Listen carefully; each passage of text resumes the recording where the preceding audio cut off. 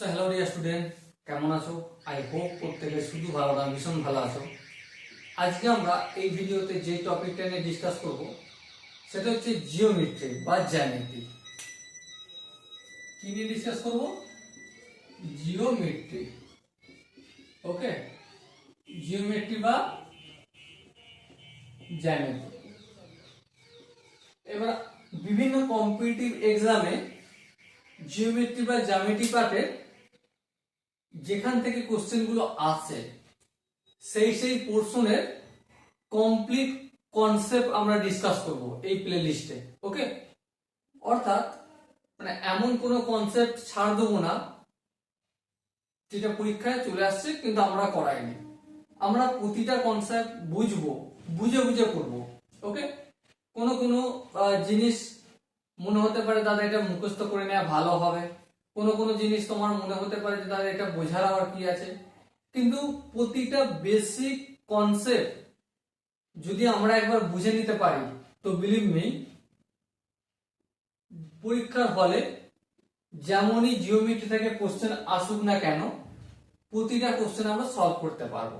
ওকে, so geometry যে যে part গুলো থেকে কোশ্চেন আসে, ফার্স্ট পার্ট হচ্ছে 1 নম্বর লাইন অ্যান্ড অ্যাঙ্গেল। প্রথম পার্ট রেখা এবং কোণ, এখান থেকে কোশ্চেন আসে। আর কোথা থেকে কোশ্চেন আসে? 2 নম্বর পার্ট হচ্ছে ট্রায়াঙ্গেল, খুব ইম্পর্টেন্ট পার্ট, এখান থেকে কোশ্চেন আছে। ট্রায়াঙ্গেল মানে আই হোপ প্রত্যেকে জানো ত্রিভুজ। ত্রিভুজের পার্টে প্রচুর প্রশ্ন আসে, আর এই পার্টটা একটু ডিফিকাল্ট নয়, একটু হজগট, সেই জন্য এই পার্টটা নরমালি সবাই এড়িয়ে যাওয়ার চেষ্টা করে। আমরা এই পার্টটা এড়িয়ে যাব না, প্রতিটা কনসেপ্ট ভালো করে বুঝবো। নেক্সট হচ্ছে কি 3 নম্বর পার্ট হচ্ছে কোয়াড্রিলেটারাল।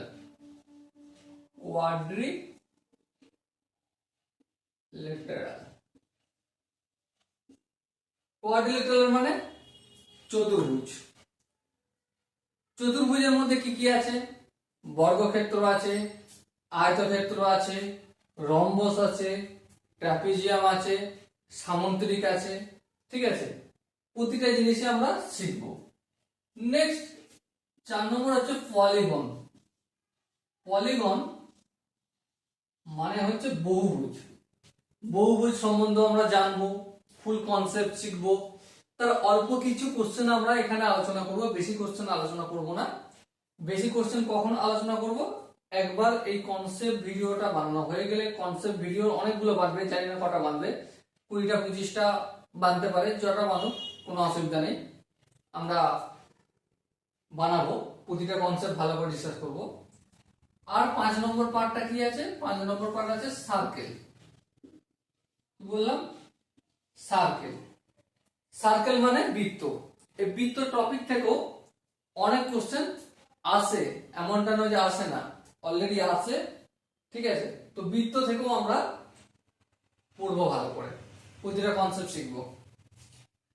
আজকের এই ভিডিওয়ে যার কনসেপ্ট আমরা আলোচনা করব সেটা হচ্ছে 1 নম্বর লাইন অ্যান্ড অ্যাঙ্গেল। এই লাইন অ্যান্ড অ্যাঙ্গেল পড়বো, কিন্তু লাইন আর অ্যাঙ্গেল পড়ার আগে প্রথমে আমরা শিখবো পয়েন্ট সম্পর্কে। কি জানবো? পয়েন্ট। আজ পর্যন্ত আমরা পয়েন্ট জিনিসটা প্রত্যেকে জেনে আসছি, তাই না? পয়েন্ট যার বাংলা হচ্ছে বিন্দু। বিন্দু কাকে বলে? বা point, what is point? Point কি? পয়েন্ট হচ্ছে এমন একটা সার্কেল যার কোনো রেডিয়াস নেই। কি বললাম? পয়েন্ট বা বিন্দু হচ্ছে এক প্রকার সার্কেল, কিন্তু এর কোনো রেডিয়াস নেই, কোনো ব্যাসার্ধ নেই। ঠিক আছে, ধরো এই একটা বিন্দু দিলাম আমি, এটা আই হোপ ক্যামেরা দেখা যাচ্ছে কি? হ্যাঁ, দেখা যাচ্ছে। এবারে এটা যত অস্পষ্ট হতে থাকবে ততই পারফেক্ট পয়েন্ট বানবে। কারণ এই যে ছোট বিন্দু আমরা এটা করলাম, এটা এর কিন্তু একটা ছোট্ট রেডিয়াস আমরা মাপতে পারবো, কিন্তু যখন যত এর রেডিয়াস কমতে কমতে কমতে জিরোর দিকে যাবে, ট্রেন্ডস টু জিরো, জিরোর দিকে ট্রেন্ড করবে, তখন এই পয়েন্টটা, এই বিন্দুটা পারফেক্ট পয়েন্ট হবে। ওকে, আই হোপ প্রত্যেকের পয়েন্ট সম্বন্ধে মোটামুটি একটা ধারণা হয়েছে। পয়েন্ট কি? পয়েন্ট একটু লিখে দিই ডেফিনেশনটা। Point is a type of circle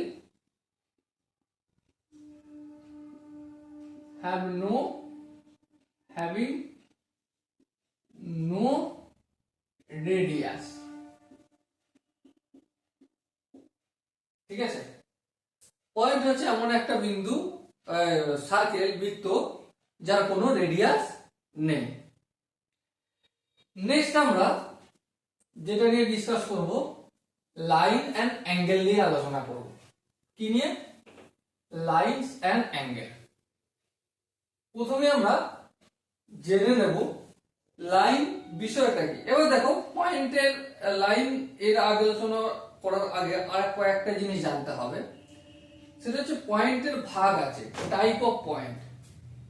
ঠিক আছে, টাইপ অফ পয়েন্ট মানে কি? পয়েন্টের ভাগ। পয়েন্টকে দুটো ভাগে ভাগ করা যায়। একটা কি? কলিনিয়ার পয়েন্ট, আর একটা কি? নন কলিনিয়ার পয়েন্ট। কি বললাম? এক নম্বর কলিনিয়ার, COLLINEAR, কলিনিয়ার পয়েন্ট। আর একটা পয়েন্ট কি? নন কলিনিয়ার পয়েন্ট, নন কলিনিয়ার পয়েন্ট।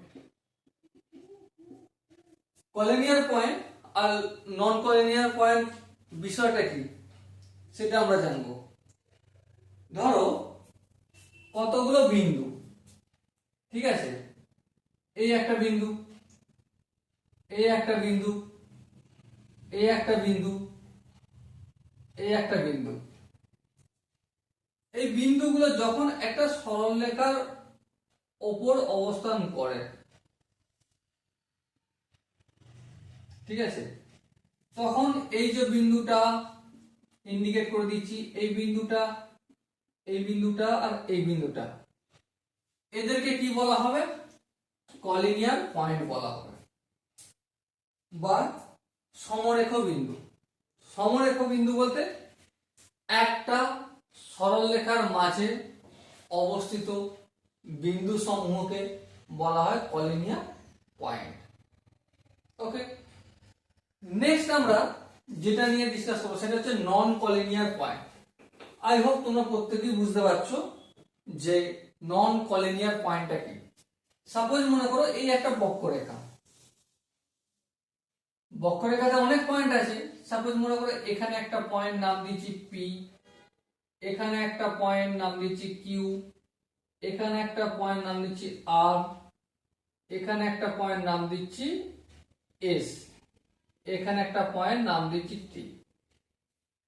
এবার তোমরা ধ্যান দিয়ে লক্ষ্য করো, পি এই জায়গায় অবস্থান করছে, হ্যাঁ, কিউ এই জায়গায় অবস্থান করছে, হ্যাঁ, আর এখানে অবস্থান করছে, এস এখানে অবস্থান করছে, আর টি এখানে অবস্থান করছে। P Q R S T যে পয়েন্ট গুলো রয়েছে, এরা কি একটা সরলরেখার মাঝে অবস্থান করছে? না, অবস্থান করছে না। তাহলে এই যে একটা সরলরেখার মাঝে পয়েন্ট গুলো অবস্থান করছে না, এই জন্য P Q R S T এই সরলরেখা গুলোকে কি ধরনের পয়েন্ট বলা হয়? নন কলিনিয়ার পয়েন্ট বলা হয়। কি ধরনের? নন কলিনিয়ার পয়েন্ট বলা হয়। So dear student, I hope point সম্পর্কে জানতে পারলাম। পয়েন্ট কাকে বলে? The circle which have no radius, একটা সার্কেল, একটা বৃত্ত যার কোনো রেডিয়াস নেই তাকে কি বলা হয়? পয়েন্ট। পয়েন্ট কভাবে ভাগ করা হয় নরমালি দুভাগে, একটা হচ্ছে কলিনিয়ার পয়েন্ট আর একটা কি নন কলিনিয়ার পয়েন্ট। কলিনিয়ার পয়েন্ট কি? যখন একটা সরলরেখার ওপর যে বিন্দুগুলো অবস্থান করে সেই বিন্দুগুলোকে বলা হয় সমরেখ বিন্দু বা কলিনিয়ার পয়েন্ট। আর নন কলিনিয়ার পয়েন্ট বা অসমরেখ বিন্দু যখন একটা সরলরেখার ওপর সমস্ত বিন্দুগুলো অবস্থান করে না, তখন এই বিন্দুগুলোকে বলা হয় নন কলিনিয়ার পয়েন্ট। ওকে, আশা করি পয়েন্ট বিষয়টা তোমাদের প্রত্যেকের বোঝা গেছে। এটা জিওমেট্রি এর প্রথম ভাগ ছিল। এই ভাগে আমরা কি শিখেছি? এই শিখেছি যে প্রতিটা এক্সামে যেগুলো গভর্নমেন্টের কম্পিটিটিভ এক্সাম হয়, যেখানে জিওমেট্রি রয়েছে, সেখানে কি কি পার্ট ডিসকাস করা হয়। প্রথমে লাইন আর অ্যাঙ্গেল, আর লাইন আর অ্যাঙ্গেল বলতে গেলে আমাদের পয়েন্ট ডিসকাস করতে হবে। তারপর ট্রায়াঙ্গেল, ট্রায়াঙ্গেলের পর আসবে কি কোয়াড্রিলেটারাল মানে চতুর্ভুজ, তারপর আসবে পলিগন বহুভুজ, তারপর আসবে সার্কেল। ঠিক আছে, তো এই জিনিসগুলো ডিসকাস করেছি। আর তার মধ্যে পয়েন্ট বিষয়টা কি এটা আমরা একটু নিজেদের মধ্যে ছোট করে ডিসকাস করেছি এই ভিডিও। আবারও বলছি, প্রতিটা ভিডিও এটা 1 নম্বর সিকোয়েন্স, এটা জিওমেট্রি চ্যাপ্টারের কনসেপ্ট ভিডিওর 1 নম্বর ভিডিও। তোমরা প্রতিটা ভিডিও সিকোয়েন্স অনুযায়ী দেখবে। 1, তারপর 2 দেখবে, তারপর 3 দেখবে, তারপর 4 দেখবে, তারপর 5 দেখবে। বিলিভ মি, এমন ভাবে আমি সাজিয়ে রেখেছি প্রতিটা কনসেপ্ট ধীরে ধীরে ধীরে ধীরে বুঝতে যাবে, তোমাদের অঙ্কের প্রতি ইন্টারেস্ট বাড়তে থাকবে। ওকে, কোনো সূত্র মুখস্থ করার দরকার হবে না। ঠিক আছে, তোমরা নিজেরা সূত্র তৈরি করতে পারবে। ওকে, তো দেখা হচ্ছে পরবর্তী সেশনে 2 নম্বর ভিডিও। ততক্ষণ পর্যন্ত ভালো থেকো, সুস্থ থেকো এবং জয় হিন্দ।